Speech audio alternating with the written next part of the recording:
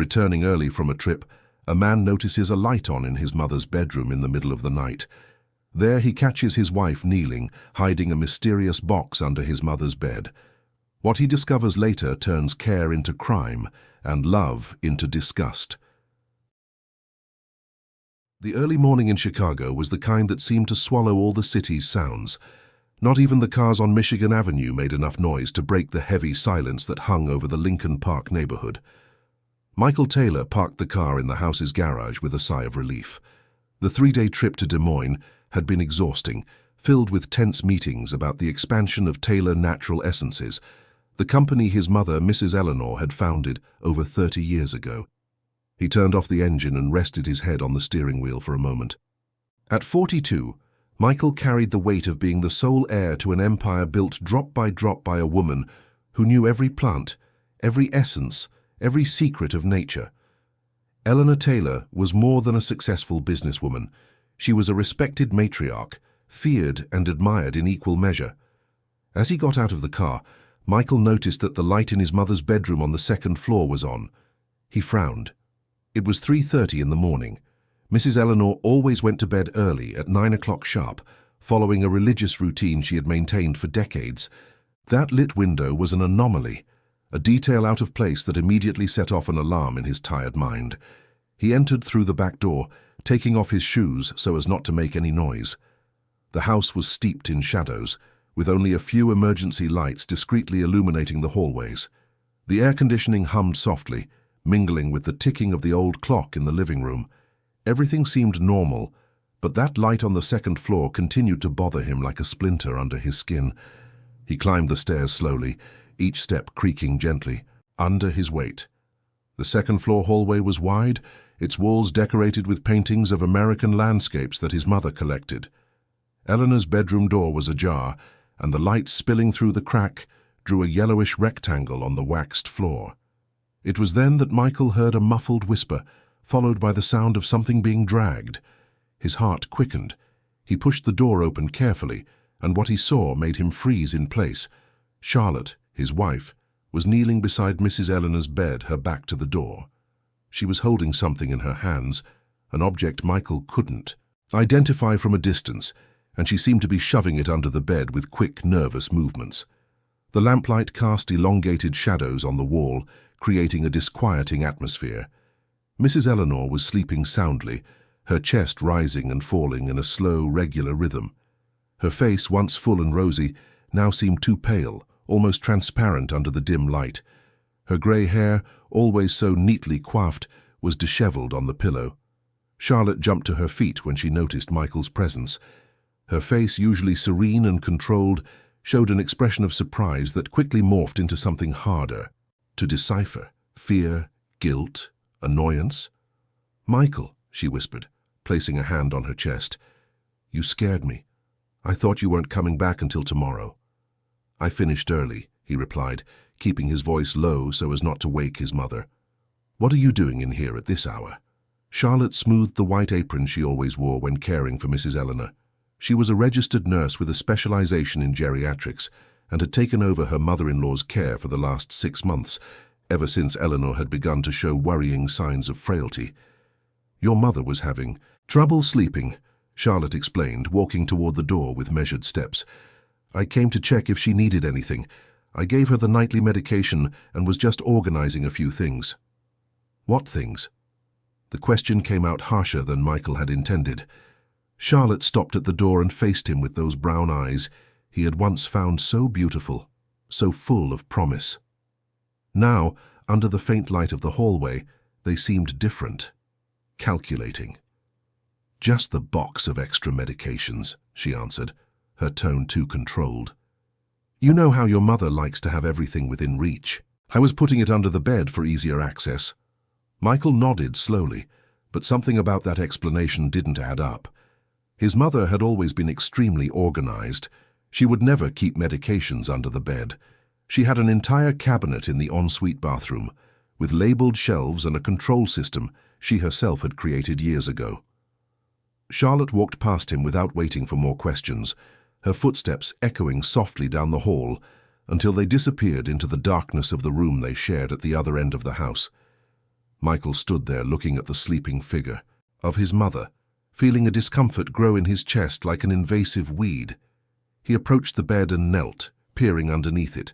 At first he saw nothing but shadows. Then his eyes adjusted to the darkness, and he noticed a small, square object, a dark wooden box with no visible identification. He reached out and pulled it toward him. The box was light, made of cedar, with a simple lock but no key in sight. Michael turned it over in his hands, feeling the smooth texture of the polished wood. There were no marks, no labels, nothing to indicate its contents or purpose. Something about this anonymous object deeply disturbed him. He looked at Mrs. Eleanor again. She was still asleep, but her sleep seemed too heavy, almost artificial. Michael remembered when he was a child, and she would put him to bed, always alert to the slightest noise, the smallest movement. This woman sleeping so deeply now didn't seem like the same person. He put the box back under the bed, exactly where Charlotte had placed it. He didn't know why he did it, perhaps out of instinct, perhaps because a part of him still didn't want to, believe that something was wrong. After all, Charlotte had been his wife for 8 years, the woman he had chosen to share his life with, whom he had met at a company charity event, who had won him over with her intelligence and determination. But as he descended the stairs back to the ground floor, Michael couldn't shake the image of Charlotte kneeling in that room, the nervous movement of her hands, her evasive gaze. Something was wrong. He felt it in every fiber of his being. The last 6 months had been strange now that he stopped to think about it. Mrs. Eleanor, who had always been a vibrant woman and an active participant in the family business, had begun to show signs of weakness that no one expected. First came the forgetfulness. Small things, like where she had left her keys or the name of an old supplier. Then came the constant fatigue, a weariness that didn't improve even with rest, and then the lack of appetite, which had caused his mother to lose almost 20 pounds in 2 months. The family doctor, Dr. Arthur Mills, had examined Eleanor several times. The tests showed nothing alarming. Just the natural aging process, he had said, with that professorial tone doctors use when they don't want to admit they don't know what's happening. At 75, it was expected that the body would start to show signs of wear. Charlotte had taken complete control of her care. She organized the medications with military precision, prepared special meals following strict nutritional guidelines, and controlled visits so her mother-in-law wouldn't get too tired. For all intents and purposes, she was the perfect daughter-in-law, the ideal caregiver any elderly person would want to have. But Michael was beginning to see cracks in that perfect facade, little things that meant nothing on their own, but formed a disturbing pattern when put together. The way Charlotte always had an excuse for him not to visit his mother at certain times, the evasive answers when he asked about the medications, the excessive control over who could or could not see Mrs. Eleanor. He poured himself a glass of water in the kitchen, the cold liquid running down his throat and bringing a moment's relief. The house was silent again, the kind of silence that seems to amplify one's own thoughts. Michael thought of Beatrice, the family's long-time housekeeper, who had worked with them for over 20 years. Last week she had tried to visit Mrs. Eleanor and was stopped by Charlotte. The excuse had been that her employer was resting and couldn't be disturbed. But Beatrice told Michael that she had seen Eleanor through the window, sitting on the living room sofa with a lost look, completely awake. And there was that strange episode 3 days ago, just before Michael left on his trip. Beatrice had sought him out in his office, nervous, asking to speak privately. She told him that Mrs. Eleanor had discreetly called her over and asked her to smell the tea that Charlotte prepared daily. The aroma was too strong, almost medicinal, very different from the herbal tea Eleanor had always drunk. At the time, Michael had dismissed Beatrice's concern as the paranoia of a loyal but overly protective employee. Now, standing in that silent kitchen at 4 in the morning, the memory came back with renewed force. What if Beatrice was right? What if there was something wrong with those teas, with those medications, with that whole routine of seemingly perfect care? He went back up to his room, his own this time. Charlotte was lying down, her back to the door, her body still under the white sheet. Michael wondered if she was really asleep or just pretending. He changed his clothes in silence and lay down on the other side of the bed, maintaining a distance that had grown ever wider in recent months. Sleep wouldn't come. He stared at the ceiling, where the fan spun slowly, creating moving shadows that danced in the gloom. His mind couldn't shut down, processing every detail of that night, every word from Charlotte, every suspicious movement. He remembered when he had met his wife. She worked at a private hospital on the South Side, was efficient, dedicated, with an impeccable resume. She came from a simple family in rural Illinois, had fought to get her degree, paying for college with her own hard work. This story of overcoming adversity had impressed him. Charlotte seemed to be everything he was looking for, someone who understood the value of hard work, who wasn't just interested in the Taylor family's money. Or maybe he had been wrong from the start. The marriage had been good for the first few years. Charlotte had adapted well to life in Lincoln Park, to the family's social routine, to the business commitments. But she had always maintained a certain distance from Mrs. Eleanor. The two were cordial, but they never developed the intimacy Michael had hoped to see between a mother-in-law and daughter-in-law. It was only when Eleanor began to fall ill that Charlotte took over her care with such enthusiasm. At the time, Michael had been grateful. He thought that the two were finally getting closer, that his wife was showing the generous side he had always known existed in her. What if it was all an act? What if there was a hidden motive for so much zeal, so much control, so much dedication? Michael squeezed his eyes shut, trying to push those thoughts away. He couldn't start suspecting his own wife based on a strange scene in the middle of the night. There were rational explanations for everything. Charlotte was a nurse, she knew what she was doing. The box under the bed probably just contained extra medication, as she had said. But that voice in the back of his mind, that intuition that had been with him since childhood and had never failed him, kept whispering. That something was terribly wrong, and the more he tried to ignore it, the louder it screamed. When he finally managed to fall asleep, it was almost 6 in the morning. His sleep was restless, filled with confusing dreams, where his mother appeared calling for him, her voice growing weaker and weaker, while he ran through endless corridors without ever being able to reach her. He woke to the sound of voices coming from downstairs. The clock read 8:40. He got up quickly, still dazed, and went down the stairs. In the living room, he found Charlotte talking to a woman he didn't know. The visitor was about 50, with black hair pulled back in a severe bun, and she carried a brown leather briefcase. "This is Dr. Rebecca Holt," Charlotte explained with a professional smile. "A geriatrics specialist I've been consulting about your mother's case. I thought it was important to bring in someone with more experience to assess the situation." Michael shook the doctor's hand, feeling at a disadvantage. Why hadn't Charlotte mentioned this consultation before? Why bring in a new doctor without talking to him first? "It's a pleasure to meet you, Mr. Taylor," Dr. Holt said, in a firm voice. "Your wife has shown great concern for Mrs. Eleanor's condition. I've come to do a full evaluation and possibly adjust the treatment." "The treatment," Michael repeated, looking for Charlotte's gaze. "What treatment?" "The supplements and vitamins I've been administering," Charlotte replied quickly. "With medical guidance, of course. Your mother was very weak. She needed more rigorous monitoring." Something in the way she said it, the poorly disguised defensive tone, made the alarm in Michael's head ring even louder. He watched the two women go up the stairs toward Eleanor's room, talking in low voices, and felt a tightness in his chest. He needed answers. He needed to understand what was happening in his own house, and above all, he needed to protect his mother, even if it meant confronting truths he wasn't yet ready to accept.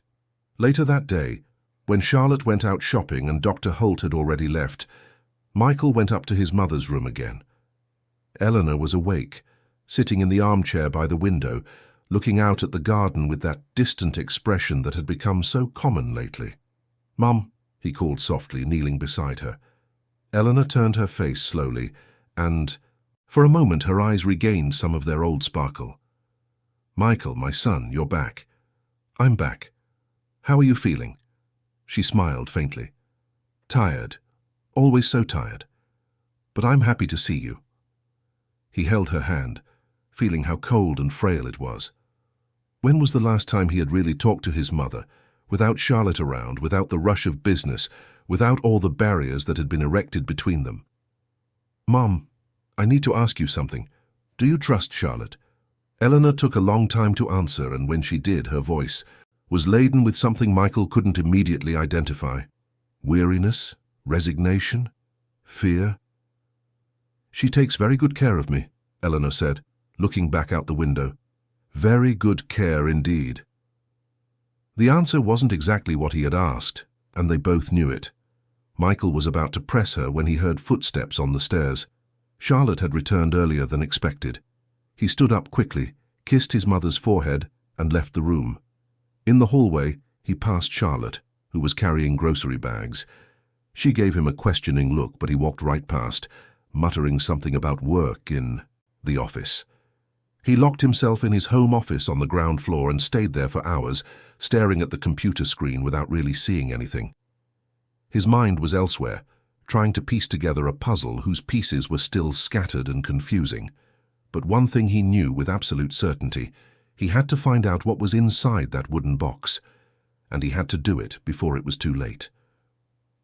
If this story interested you, don't forget to subscribe to our channel and tell us what city you're watching from. Continuing. The following days were a mix of seemingly normal routine and a silent vigilance that Michael maintained over every movement within that house. He watched Charlotte with new eyes, noticing details that had previously gone unnoticed. The way she locked the medicine cabinet with a key she always kept with her. The way she changed the subject every time he asked about adjustments to his mother's treatment. The controlled manner in which she managed visits to Mrs. Eleanor, always with a ready excuse to limit each person's time with the matriarch. At the company, Michael tried to focus on business, but it was impossible. During board meetings, his mind would wander back to that wooden box hidden under the bed, to his mother's distant gaze, to the growing feeling that he was losing control of his own life. It was on a rainy Thursday that Beatrice sought him out again. She appeared at his office door at the company, her hands nervously twisting a white handkerchief. Michael was alone, reviewing sales reports that looked like just meaningless numbers on the computer screen. "Mr. Michael, I need to speak with you," she said, her voice low and urgent. He gestured for her to come in and closed the door. Beatrice was 63, with completely white hair in a simple bun and dark eyes that had seen much of life. Working for the Taylor family was more than a job for her. It was an emotional bond built over decades. "What is it, Beatrice?" She sat in the chair across from his desk, clearly uncomfortable. "It's about Mrs. Eleanor, sir. I'm worried, very worried." Michael leaned forward, his heart quickening. "Go on." "Yesterday, when I went to clean her room, Mrs. Eleanor was more lucid than she's been lately. Mrs. Charlotte had gone out for a doctor's appointment and asked me not to disturb her, but I heard Mrs. Eleanor calling me. I went into the room and she held my hand tightly." Beatrice paused, her eyes welling up. "She said she isn't feeling well with the medicines, sir. She said the taste is strange, that sometimes her head feels too heavy, as if she's floating away from her own body. And she said one more thing that gave me chills." "What?" "That sometimes she's afraid. She couldn't explain of what, but she said she feels something wrong is happening, as if she's being pushed away from her own life." Beatrice's words fell on Michael like molten lead. He stood up abruptly, pacing the room. The rain beat hard against the office windows, creating a frantic rhythm that matched his state of mind. "Did she say anything else?" Beatrice nodded slowly. "She asked me to keep something for her, a sample of the tea that Mrs. Charlotte prepares every day. Mrs. Eleanor managed to save a little in a small vial and gave it to me in secret. It's here." She took a small, clear glass vial from her apron pocket, with an amber liquid inside. Michael took it, holding it up to the light. The liquid had a strange color, darker than any herbal tea he knew. "Beatrice, you did the right thing by telling me this. I need you to keep this a secret. Can you do that?" "Yes, sir. But there's one more thing. When I was cleaning under the bed, I found this." She pulled a small box of pills from her other pocket. It had no label, just a handwritten sticker with dosage instructions. It was Charlotte's handwriting. Michael recognized it immediately. "This wasn't in Dr. Mills's prescriptions," Beatrice continued. "I've worked in this house for so long I know all the medicines Mrs. Eleanor takes. This is new and it's not properly identified." Michael put the vial and the pillbox in the inside pocket of his jacket. He felt as if he were holding evidence of a crime he couldn't yet fully name. The word dancing in his mind was too terrible to be spoken aloud. "I'll investigate this, Beatrice. For now, I need you to continue your work as usual, as if nothing has happened. And if you notice anything strange, no matter how small, let me know immediately." She nodded vigorously. "Mrs. Eleanor is like a mother to me, sir. I won't let anything bad happen to her." After Beatrice left, Michael stood in the middle of his office, holding that small vial as if it were a bomb about to explode. He needed to act, but carefully. If his suspicions were correct, confronting Charlotte directly could be dangerous.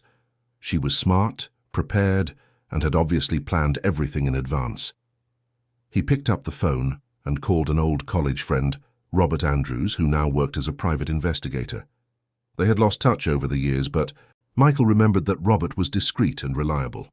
"Robert, it's me, Michael Taylor. I need a favor, a big urgent favor." That night, when he returned home, Michael maintained a facade of normality.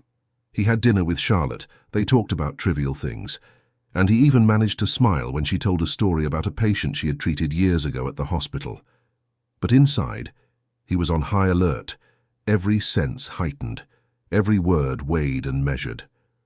Later, when Charlotte went up to check on Mrs. Eleanor, Michael waited 15 minutes and then went up too, under the pretext of wishing his mother good night. He found Charlotte coming out of the room, a tray in her hands with an empty cup. "Did she already have her nightly tea?" he asked casually. "Yes, as always," Charlotte replied. "It helps her relax and sleep better." "Can I see my mother for a bit?" "Of course, but don't be long. She needs to rest." Michael entered the room. Mrs. Eleanor was already lying down, her heavy eyes fighting the sleep that was pulling her under. He approached the bed and held her hand. "Mom, how are you feeling?" Eleanor tried to focus her gaze on him, but her eyes were already glazed over. "Tired, son, always tired." Her voice was slurred, sluggish. Michael felt a pang in his heart. This wasn't the normal effect of a calming tea. It was something stronger, something that induced a deep, artificial sleep. "Rest easy, Mum, I'll take care of everything." She squeezed his hand weakly before closing her eyes completely. Michael stood there for a few more minutes, watching her sleep, and then left the room with a heavy weight on his chest. In the hallway, he nearly tripped over something. He looked down and saw a small amber glass vial, half hidden under a piece of furniture. It must have fallen from Charlotte's tray without her noticing. He quickly picked it up and put it in his pocket with the other samples. Back in his room, he locked himself in the bathroom and examined the 3 items he now had in his possession: the tea Beatrice had saved, the vial that had fallen in the hallway, and the unlabeled box of pills. He needed lab analysis. He needed concrete proof. The next day, Friday, Michael invented an important meeting and left the house. Early, he went straight to Robert Andrews' office, located in a discreet building in River North. The investigator received him in a small but well-equipped office with computers and equipment Michael didn't even recognize. Robert was 45, a tall, thin man with metal-framed glasses and a perpetually tired expression of someone who had seen too many ugly things in life. They shook hands, and Michael got straight to the point, telling him everything he had discovered in the past weeks. Robert listened in silence, taking occasional notes in a notebook. When Michael finished, the investigator sighed deeply. "Look, Michael, I'm not going to lie to you. What you're describing is very serious. If your suspicions are correct, we're talking about an attempt at something very grave." He didn't say the word, but they both knew what it was. "I need proof," Michael said. "I need to be sure before I make any accusations." Robert took the vials and the pillbox. "I'll have these analyzed at a lab I work with. They have an excellent forensic chemist there. It'll take about 3 days to get the full results." "And what about surveillance? I need to know what's happening in my house when I'm not there." The investigator nodded. "I can install discrete cameras, micro cameras that you can position yourself in strategic locations. They're practically invisible and stream in real time to your phone." Michael thought for a moment. The idea of spying on his own house, his own wife, was repugnant, but the image of his mother lying in that bed, her eyes glazed, her voice slurred, was even worse. "Do it. I need the cameras as soon as possible." Robert opened a drawer and took out two small cameras no bigger than a button. These are wireless, high definition. You can put them anywhere. An outlet, a picture frame, a decorative object. Just position them where they have a good view of the environment you want to monitor. Michael put the cameras in his pocket. How long for the lab results? Monday, Tuesday at the latest. But Michael, I need you to prepare yourself psychologically. If the results confirm what you suspect, life as you know it will change completely. Are you sure you want to go forward with this? The question echoed in the silent room. Michael thought of his mother, the strong woman who had built an empire from nothing, who had raised him alone after his father's premature death, who had always been his rock, his safe harbor. And he thought of Charlotte, the woman he had promised to love and respect, the partner who had shared his bed for 8 years. "I'm sure," he answered, his voice firm despite his inner turmoil. That weekend, Michael installed the cameras. One in the second-floor hallway, disguised as a smoke detector. Another in the living room, hidden behind a picture frame. He synced everything with his phone and tested it. The images were clear, the angle perfect. Saturday night, after Charlotte went to sleep, Michael stayed in his office with his phone in his hands, watching the live feeds. He saw his wife wake up at 2 in the morning, go downstairs silently, and head to the kitchen. She opened a cabinet she always kept locked, took out a few vials and prepared something. He couldn't see exactly what it was from the living room camera, but he watched her go back up with a small thermos in her hands. Michael's heart was beating so hard, he was sure the sound echoed through the silent office. He switched to the hallway camera and saw Charlotte enter Mrs. Eleanor's room. She stayed inside for almost 15 minutes. When she came out, she no longer had the thermos. He wanted to run upstairs, to confront her right then and there. But something stopped him. He needed the lab results. He needed irrefutable proof. Unfounded accusations would only put her on alert, and she could destroy evidence.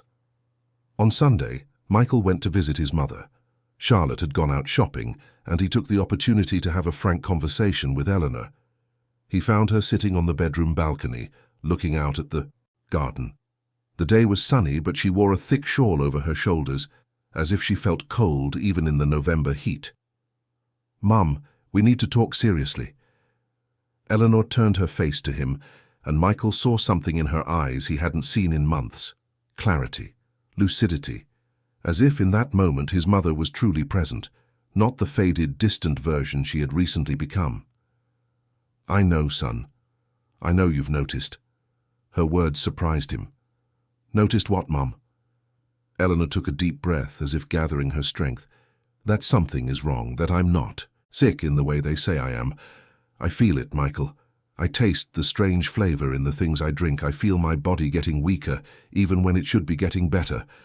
And I see something in her eyes, in Charlotte's eyes, that scares me." "Does she know you suspect?" "I don't know. I try to pretend I don't notice anything. But it's hard, son. It's very hard to pretend I don't know they're doing something to me, to my own body, inside my own house." Eleanor's voice broke at the end, and Michael saw tears stream down his mother's wrinkled face. He knelt beside her, holding her hands that no longer had their former strength. "I'm going to fix this, Mom. I promise I'll fix it.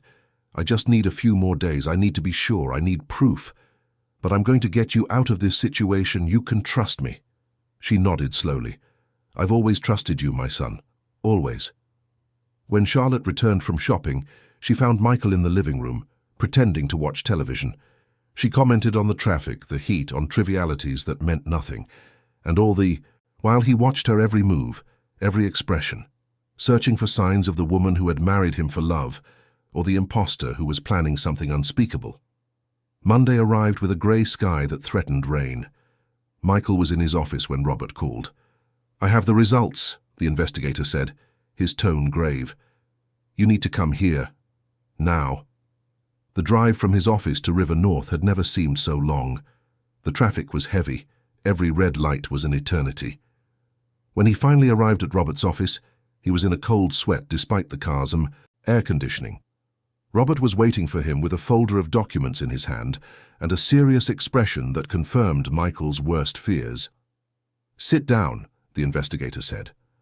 Michael sat, his legs suddenly too weak to support him. "The analyses confirm your suspicions. The tea contains significant doses of benzodiazepines, specifically diazepam, in a concentration far above the therapeutic level. The pills you brought are a combination of sedatives and muscle relaxants. And there's more, Michael, there's something worse." Robert opened the folder and showed him the reports. The vial that fell in the hallway contained traces of digitalis, a compound derived from the foxglove plant. In controlled doses, it's used for heart problems. But in the concentration we found, it's highly toxic. It can cause severe arrhythmias, mental confusion, progressive weakness, and, if administered continuously, can lead to a complete systemic collapse. Michael gripped the table tightly. The room was spinning around him. "She's trying to make it look like my mother is dying naturally." Robert nodded grimly. "The doses are calculated not to kill immediately, but to debilitate progressively. It's a slow poisoning, Michael. Premeditated and meticulous. Whoever is doing this has medical knowledge and access to controlled substances. Charlotte is a nurse. She has all of that." The investigator placed a hand on Michael's shoulder. "Look, I know she's your wife, but I have to ask, does she have any reason to want your mother dead? Money? Inheritance?" Michael thought. The company was worth millions. The Lincoln Park property was worth another fortune, and Mrs. Eleanor, despite having passed the management of the business to her son, was still the majority owner of everything. If she died, Michael would inherit it all. And as his wife, Charlotte would have access to half of that estate in case of a divorce, or all of it if something happened to Michael as well. "She has every reason in the world," he answered, his voice hoarse. "Then you need to act fast. With this evidence you can go to the police, and you need to get your mother out of that house immediately." Michael nodded, but his mind was already working on another plan. He had to confront Charlotte. He needed to hear it from her own mouth, looking into her eyes, the admission of what she had done, and he needed to ensure his mother was safe before taking any legal steps. "I'm going to confront her tonight," he said, "but first I'm taking my mother to a safe place. Can you have someone from your team accompany her? Someone who can stay with her while I handle this?" Robert was already dialing his phone. "I know a private nurse, an ex-cop. You can trust her. I'll send her to your house in 2 hours." Michael left that office with the folder of reports under his arm and a cold rage growing in his chest. He had trusted Charlotte. He had opened his home, his life, his family to her. And she had repaid him with betrayal, manipulation, and a calculated attempt to destroy the person he loved most in the world. The clouds finally opened and the rain began to fall on Chicago as he got into his car. It was time to face the truth, however painful it might be. The afternoon was setting over Chicago when Michael returned home. The rain had stopped, but it had left the streets gleaming and the air thick with that characteristic city humidity. He parked in the garage and sat in the car for a few minutes, breathing deeply, trying to calm the whirlwind of emotions that threatened to overwhelm him. The nurse Robert had hired, a woman named Martha, 50 years old, with grey hair and a military posture, had already arrived and was waiting discreetly outside, as planned. Michael nodded to her and entered the house through the front door. Charlotte was in the kitchen, preparing dinner. The aroma of sautéed garlic and onion filled the air, creating an atmosphere of domestic normality that contrasted violently with the truth Michael carried in the folder under his arm. "Hi, honey," she greeted, without turning from the stove. "I got home early and thought I'd make that risotto you like." He watched her for a moment. Seen from behind, Charlotte looked like just a dedicated wife preparing dinner for her husband. Dark hair tied in a ponytail, a clean apron, the efficient movements of someone who knew her way around a kitchen. How was it possible that this woman, who seemed so ordinary, so normal, could hide such cruelty? "We need to talk," Michael said, his voice coming out firmer than he expected. Charlotte turned, the wooden spoon still in her hand, a slight smile on her lips. "Of course, let me just finish up here and—" "Now, Charlotte, we need to talk now." Something in his tone made the smile vanish. She put down the spoon, wiped her hands on her apron, and walked to the living room, where Michael was already sitting on the sofa. the folder of reports on the coffee table. "What happened?" she asked, sitting in the armchair across from him. "A problem at the company?" Michael opened the folder and spread the documents on the table. Lab reports, toxicology results, chemical analyses. Charlotte looked at it all, and her face, usually so controlled, revealed a flash of panic before she composed herself again. "What is this?"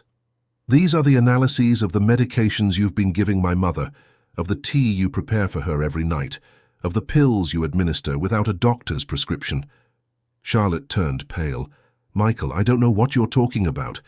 Everything I give your mother is prescribed by the doctor." He picked up one of the reports and began to read aloud. "Diazepam in a concentration 5 times above the therapeutic level. Muscle relaxants with no medical indication. And this, Charlotte, this is the worst? Sorbitol." He held up the report for the vial that had fallen in the hallway. "Digitalis. You know what Digitalis is, don't you?" "Of course you do. You're a nurse. You know that in small doses it can help with heart problems, but in doses like the ones you were administering, it's pure poison. A poison that slowly debilitates, that makes it look like the person is dying of natural causes." She stood up suddenly. "You're insane. Who put these ideas in your head? Was it that Beatrice? I always knew she didn't like me, that she was talking behind my back. Don't blame Beatrice. She's just protecting a woman she has loved and respected for over 20 years. Someone had to protect my mother, since her own son was too blind to see what was happening right under his nose." "Michael, you don't understand." Charlotte took a few steps around the room, her hands trembling. "Your mother was really sick. I was just trying to help, to follow medical advice." "What doctor, Charlotte?" "That Dr. Holt you brought here. I've investigated her too. You know what I found out? She lost her medical license 3 years ago. For gross negligence. You're old friends, aren't you? You were the one who helped her get fake documents to continue treating private patients." Charlotte opened her mouth, but no sound came out. Michael continued, his voice growing harsher. "You planned it all, didn't you? You married me not for love, but because you saw an opportunity. A rich family, an elderly matriarch who controlled everything. You just had to wait for the right moment, gain my trust, and then start executing your plan. To make my mother wither away slowly as if it were just old age, just nature taking its course. And when she was finally gone, you'd be the wealthy widow, owner of half a fortune that took decades to build." Each word was a spear, piercing the facade Charlotte had maintained for so long. She sank back into the armchair, her eyes fixed on the documents scattered on the table. "You don't know anything," she said finally, her voice low and venomous. "You don't know what it's like to always live in someone's shadow. Your mother, the great Eleanor Taylor, the woman who built an empire. And you, the perfect son, the heir to it all, and me, I was just the nurse, the poor girl from the countryside who got lucky and married well. So that was it? Envy? Resentment?"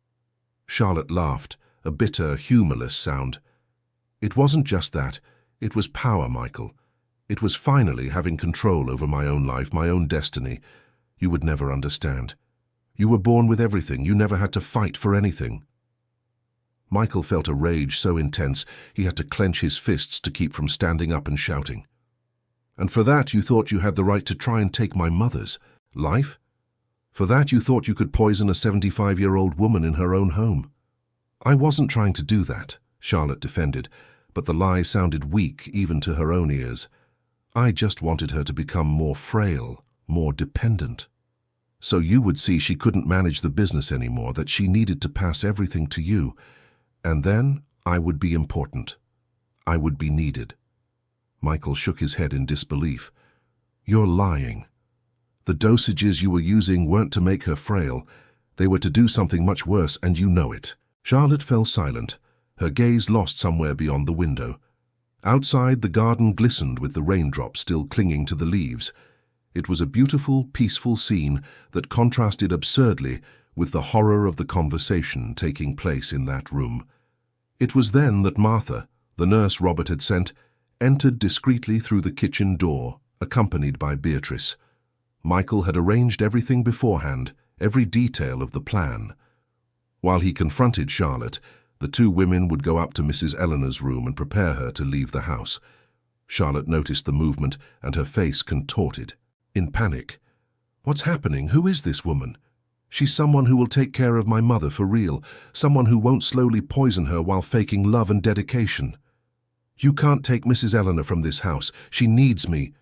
She needs to be away from you, Charlotte. She needs a chance to recover from what you've done to her. Michael stood up and walked to the stairs, but stopped and turned back to his wife. Oh, and there's one more thing you should know. I installed cameras in the house. I have recordings of you entering my mother's room in the middle of the night, handling liquids, administering substances. I have it all documented, Charlotte. Every movement, every dose, every drop of poison you put in those cups. All the color drained from Charlotte's face. She seemed to shrink in the armchair as if all the air had been sucked from her lungs. You spied on me, she whispered, more to herself than to him. You put cameras in our house? Our house, Michael repeated, his voice laden with bitter sarcasm. This was never your house, Charlotte. You were always a stranger here, pretending to belong, pretending to care. And I was foolish enough to believe it. He went up the stairs without looking back. On the second floor, he found Martha and Beatrice helping Mrs. Eleanor get dressed. The matriarch was more lucid than he had seen her in months, as if she knew she was finally being freed from a nightmare. "My son," she said when she saw him, extending a trembling hand. Michael held his mother's hand with all gentleness, feeling how cold and frail it was. "We're leaving, Mom. I'm taking you to a safe place." "And Charlotte?" He hesitated. He didn't want to worry his mother with details, but he couldn't lie either. "She's going to get what she deserves. Justice will be served, I promise." Mrs. Eleanor nodded slowly, tears streaming down her wrinkled face. "I knew you would find out, Michael. I always trusted you.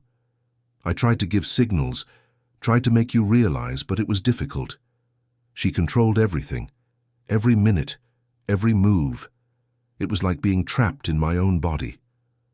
Martha helped Eleanor put on a coat. "Easy does it, Mrs. Eleanor. I have a car waiting outside. I'm taking you to a private clinic where you can recover properly, away from here, away from any danger." "Thank you," Eleanor murmured. "Thank you for not giving up on me." When they came down the stairs, Charlotte was still in the living room, but now she wasn't alone. 2 police officers, a man and a woman, were with her. Michael had called Robert before entering the house, asking him to alert the authorities as soon as the confrontation was over. "Mrs. Charlotte Taylor," the female officer said, "you are under arrest for attempted murder and forgery of medical documents. You have the right to remain silent." Charlotte looked at Michael with an expression that mixed hatred, desperation, and something that might have been regret. "Are you really going to do this? You're going to turn me over to the police?" "You did this to yourself," he replied, his voice cold. "Every choice you made, every dose you administered, every lie you told, this is the consequence of your own actions." The officer began to handcuff her, and Charlotte didn't resist. She seemed to have finally accepted that the game was over, that all the masks had fallen. As they led her out, Charlotte passed by Mrs. Eleanor. For a moment, the 2 women looked at each other. The elderly woman, leaning on Martha, was pale but firm. The younger woman, handcuffed between 2 officers, was broken. "I'm so sorry," Charlotte whispered, but it was unclear if she was speaking to Eleanor or to herself. After the police car drove away, Michael helped his mother into Martha's car. Beatrice would go with them, insisting that she wouldn't leave Mrs. Eleanor's side for a moment. As the car pulled away down the street, Michael stood on the sidewalk, watching the taillights disappear into the night. The rain had returned, a fine drizzle that wet his face and mixed with the tears he didn't realize he was shedding. Robert appeared at his side, seemingly out of nowhere. "You did the right thing," the investigator said. "It doesn't feel like the right thing," Michael replied. "It feels like the end of everything. It's the end of a lie, but it's also the beginning of the truth. Your mother is going to recover. She'll have the chance to live her final years with dignity, without fear, without poison. That's worth something."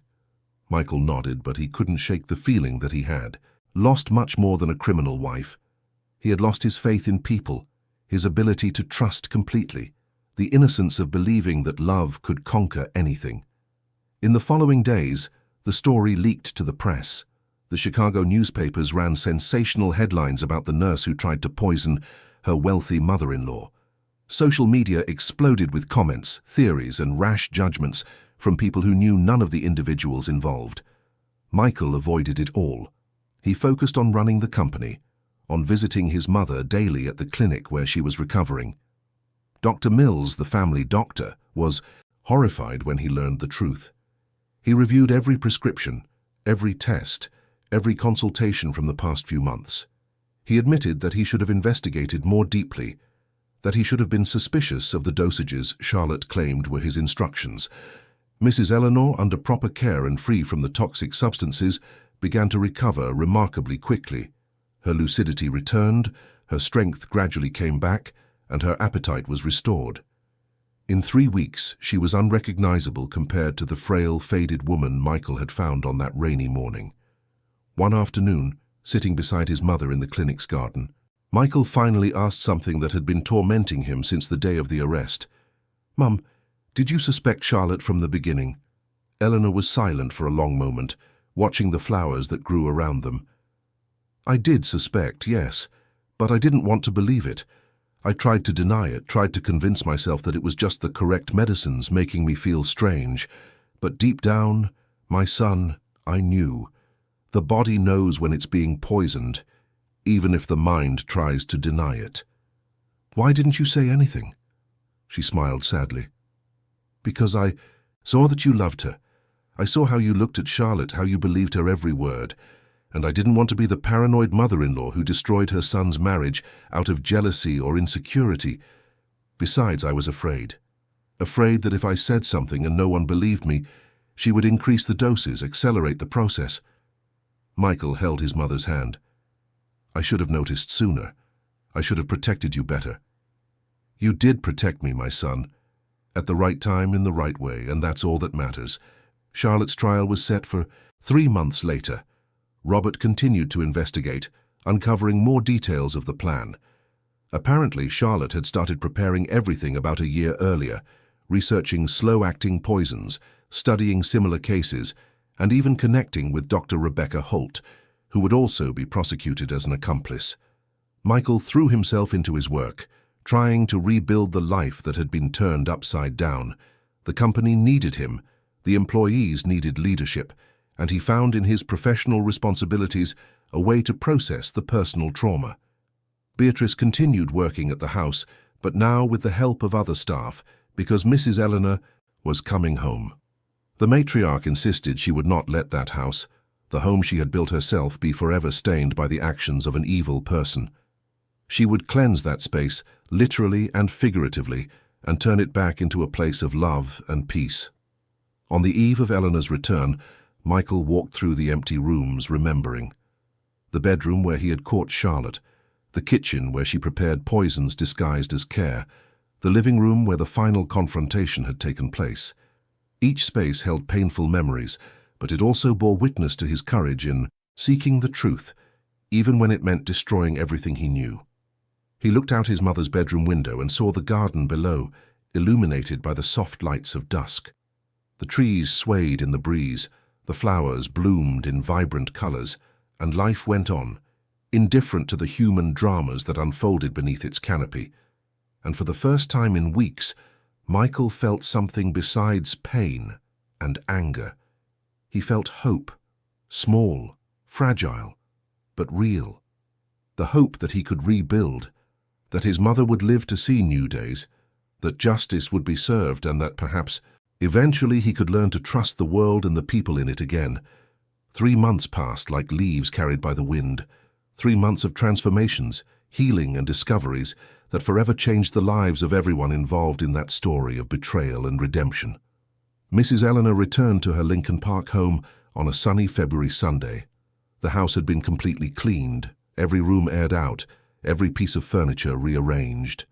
Beatrice had coordinated a true renovation operation, bringing fresh flowers to every room, changing curtains and opening windows that had remained closed for too long. When Eleanor walked through the front door, leaning only slightly on Michael's arm, her eyes shone with tears of joy. This was her home, the space she had built with the sweat of years of hard work, and she was reclaiming it now, not as a prisoner, but as a survivor. "Welcome back, Mrs. Eleanor," Beatrice said, hugging her warmly. "This house wasn't the same without you." "And I wasn't the same away from it," Eleanor replied, looking around with a smile that seemed to light up the entire room. In the days that followed, the matriarch gradually resumed her routine. She started slowly, with short walks in the garden, then participating in company meetings via video conference, and finally returning to the office for a few hours a day. Her recovery was almost miraculous, proof that the body, when free of poisons and properly nourished, has an incredible capacity to regenerate. The company was also in a process of renewal. Michael had implemented significant management changes, further professionalizing processes, bringing in new talent, and expanding into international markets. Taylor Natural Essences was no longer just a successful family business. It was a consolidated empire that honored Eleanor's legacy while looking to the future. But not everything was rosy. Charlotte's trial was approaching, and with it came memories Michael would rather forget. Robert continued his investigation, uncovering increasingly disturbing details of the plan Charlotte had architected. Apparently, it had all started much earlier than anyone had imagined. Charlotte had met Dr. Rebecca Holt in college, and the two had kept in touch over the years. When Rebecca lost her medical license for gross negligence that resulted in serious consequences for a patient, it was Charlotte who helped her create a new professional identity, using forged documents and fabricated references. The original plan was simple but sinister. Charlotte would marry a wealthy man, preferably with elderly or sick parents. She would then take over their care, and with Rebecca's help, administer substances that would simulate or accelerate the natural processes of aging. Nothing that would attract attention, nothing that would seem suspicious, just a devoted wife caring for her in-laws in their final moments. Michael felt nauseous reading the report Robert had prepared. Everything had been premeditated. The meeting at the charity event was no accident. Charlotte knew he would be there, knew about the Taylor family, had researched Eleanor and her fortune. The marriage for love had been, from the beginning, a facade for a macabre plan of manipulation and appropriation. "How could I have been so blind?" he asked Robert during one of their meetings at the investigator's office. Robert lit a cigarette, violating his own rules about smoking in the office. "You weren't blind, Michael. You were human. You trusted someone who swore to love you. You believed in the best in people. That doesn't make you weak. It makes you human. The problem wasn't that you trusted. The problem was that she abused that trust in the worst possible way. But I should have seen the signs, the strange looks, the excessive control, the way she kept my mother isolated. Signs are only obvious in retrospect, my friend. When you're living the situation, when you're emotionally involved, those details get lost among thousands of other everyday details. Don't blame yourself for not being omniscient." Robert's words helped, but they didn't completely heal the wound Michael carried. He had shared his life, his bed, his dreams, with a woman who saw him only as a means to a selfish and cruel end. How could he recover from that? How could he ever trust anyone at all again? The answer came from an unexpected place, from his own mother. One night, sitting in the garden of the house, Eleanor and Michael talked under the starry Chicago sky. Summer was at its peak, and the heat of the day had given way to a pleasant breeze that carried the scent of the jasmine Eleanor had cultivated for decades. "You've been very quiet, my son," she said, turning to look at him. "I know that look. It's the same one you had as a child when something was deeply troubling you." Michael smiled faintly. "You were always good at reading people. It's not a talent, it's love. When you truly love someone, you learn to see beyond words, beyond superficial expressions.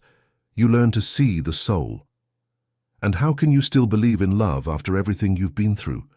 How can you still trust people?" Eleanor took her son's hand in hers, now stronger than they had been in months. "Because, my dear, allowing one evil person to destroy your capacity to love would be giving her a victory she doesn't deserve. Charlotte tried to take my life, but she didn't succeed, and I will not allow her to take my ability to love, to trust, to believe in the good that exists in people. But how do you do that? How do you separate good from evil when the masks are so perfect? You can't always. Sometimes, evil people can deceive even the wisest. But that doesn't mean we should stop trying, that we should live in fear and suspicion. Look at Beatrice, for example. She stood by me for over 20 years, was the first to realize something was wrong, and risked her own job to protect me. That is true love. That is genuine loyalty. And there are thousands of people like that in the world, Michael. We can't let one bad apple make us give up on the whole orchard. Michael felt his mother's words penetrate the layers of bitterness he had built around his heart. Eleanor was right. Beatrice was living proof that there were good, loyal, trustworthy people. And there were others, many others in his life. Robert, who worked tirelessly to uncover the truth. Martha, who cared for his mother with genuine dedication. The company employees who kept everything running even during the personal chaos he was facing. The day of the trial arrived on a cloudy Thursday. The Chicago criminal courthouse was packed with journalists, curious onlookers, and people connected to the case. Michael entered through a side door, avoiding the cameras, accompanied by Robert and Dr. Mills, who would be one of the key witnesses.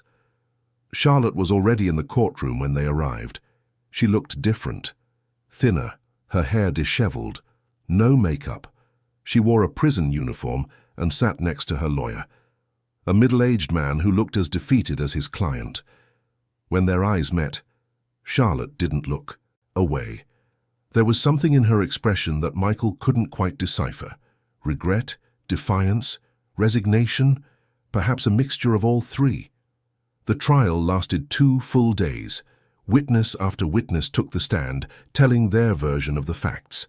Beatrice cried as she recounted finding Mrs. Eleanor weak and disoriented, how she had become suspicious of the teas and medications.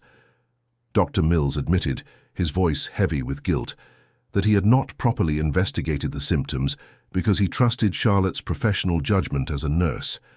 The experts presented the toxicology reports, explaining in technical terms how the substances administered by Charlotte were calculated to progressively weaken Eleanor's body, simulating a natural decline, but actually causing damage that could have been irreversible.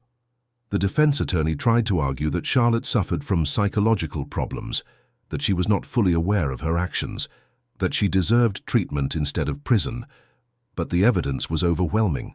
The camera recordings, the vials found, the chemical analyses, the history of premeditation, everything pointed to a carefully planned crime executed with cold calculation. On the second day, Charlotte was called to testify. She walked to the stand with slow steps, her handcuffs clinking softly. When the judge asked if she had anything to declare, she remained silent for a long moment. Then she began to speak, her voice low but clear. "I am sorry for what I did. I know that no words can fix the harm I caused, the suffering I inflicted. But I want you to understand that I am not a monster, even though I acted like one. I am a broken, wounded person who made terrible decisions driven by greed, envy, and an emptiness that no amount of money could ever fill." She looked directly at Michael. "You were good to me, Michael, better than I deserved, and I repaid you with betrayal, lies, and cruelty. I don't expect forgiveness, not from you or from Mrs. Eleanor. I just want you to know that in some twisted part of my mind, I truly believed I was doing what was necessary to survive in this world. I was wrong, completely, irreversibly wrong." Tears streamed down her face, but Michael remained impassive. Those words came too late, carried little weight against the magnitude of what she had done. The jury deliberated for 4 hours. When they returned with the verdict, the silence in the courtroom was absolute. Guilty of attempted first-degree murder, guilty of document forgery, guilty of criminal conspiracy, sentenced to 16 years in prison. Charlotte received the sentence with no visible reaction. She just nodded slightly, as if she already knew what the outcome would be. She was led back to her cell, and Michael watched her disappear down the courthouse corridors, knowing he would likely never see her again. Outside, the journalists surrounded them, but Robert and the family's security guards cleared a path. Michael gave no interviews, made no statements. There was a time for public words, and this was not it. This was the time to go home, to hug his mother, to truly begin the next chapter of their lives. The weeks turned into months. Summer gave way to autumn, and with it, a sense of renewal hung over the Lincoln Park house.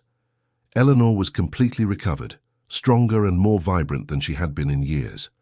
She resumed her place at the company, no longer as the sole person in charge, but as a wise mentor who guided Michael and the new generation of executives. Taylor Natural Essences launched a new product line, inspired by Eleanor's own story of survival. It was called Renewal, and a portion of the profits was donated to institutions supporting victims of domestic violence and vulnerable elderly people. Beatrice was promoted to house manager, with a fair salary and recognition for the crucial role she played in protecting Eleanor. She hired 2 young assistants, hard-working women from the neighborhood, and the house once again filled with life, laughter, and positive energy. Michael had changed too. Charlotte's betrayal left scars, but it also made him more aware, more present, more grateful for the blessings he had. He reconnected with old friends, spent more time with his mother, and got involved in social projects that made a real difference in the community. 6 months after the trial, on a Saturday morning, Michael found his mother in the garden. She was kneeling beside the rose bushes, pruning dead flowers, her hands deep in the damp earth. The spring sun bathed everything in golden light, and the air was filled with the singing of birds and the scent of blooming flowers. "Need some help, Mum?" Eleanor looked up, a radiant smile on her face. "Always, my son, I always need you by my side." He knelt beside her, and together they worked in comfortable silence, pulling weeds, preparing the soil for new seeds. It was a simple, mundane activity, but it carried a deep meaning. They were planting not just flowers, but hope. They were cultivating not just a garden, but a new life. "You know what I learned from all this," Eleanor said after a while, without taking her eyes off the plants. "I learned that danger doesn't always come from the outside, from strangers on the street, or from obvious situations. Sometimes it comes from within your own home, disguised as care, as love, as dedication, and that we must always be vigilant, not in a paranoid way, but consciously, attentive to the signals our body and our intuition give us." Michael nodded. "And I learned that trusting again after a betrayal isn't weakness, it's courage. That allowing yourself to love again, to believe again, to open up again, is the most challenging and most necessary thing we can do." Eleanor placed her gloved gardening hand on her son's. "I'm proud of you, Michael. Not just for saving me, but for saving yourself too, for not letting bitterness consume you, for not letting anger turn you into someone you're not. I learned from the best, Mum. You survived all of this with your humanity intact, with your capacity to love preserved. If you can do that, so can I." They continued working together as the sun climbed higher in the sky. And in that moment, in that sun-drenched garden, with their hands dirty with soil and their hearts full of gratitude, mother and son understood a fundamental truth. Justice had been served by the law and by life. Charlotte would pay for her crimes behind the bars of a prison, carrying the weight of her choices. But Eleanor and Michael had chosen a different path. They had chosen to forgive, not for her, but for themselves. They had chosen to release the poison of resentment that could have poisoned their souls just as much as the toxic substances had poisoned Eleanor's body. The story ended not with revenge or bitterness, but with redemption and a new beginning. It ended with the certainty that true love, the kind that is tested in the fire of adversity, emerges not destroyed but purified. And that trust, when broken, can indeed be rebuilt, brick by brick, act by act, day by day. Eleanor Taylor would continue her journey, wiser and stronger. Michael Taylor would continue his, more conscious and more grateful. And Taylor Natural Essences would continue to thrive, not just as a business, but as a legacy of survival, resilience, and unbreakable family love. Because in the end, the true essence of life was not in the perfumes they manufactured, but in the human connections they cultivated, the values they upheld, and the ability to get back up, always, no matter how many times they were knocked down. And so, under the golden sun of that spring morning, In a garden full of life and promise, mother and son planted not just flowers, but a new future, built on the painful lessons of the past, but always, always looking forward. End of story. Dear listeners, we hope the story of Michael, Mrs. Eleanor, and Charlotte has deeply touched your hearts. If you were moved by this journey of betrayal, discovery, and redemption, please leave a like, subscribe to the channel, and tell us in the comments what marked you the most in this narrative. Was it Michael's courage in seeking the truth, Mrs. Eleanor's strength in forgiving, or the tragic downfall of Charlotte, consumed by greed? Every day we bring intense stories like this one, revealing the deepest side of the human soul, the conflicts that define us, and the choices that shape our destinies. We look forward to seeing you in the next episode, with a new story that will stir your emotions and make you reflect on the mysteries of life.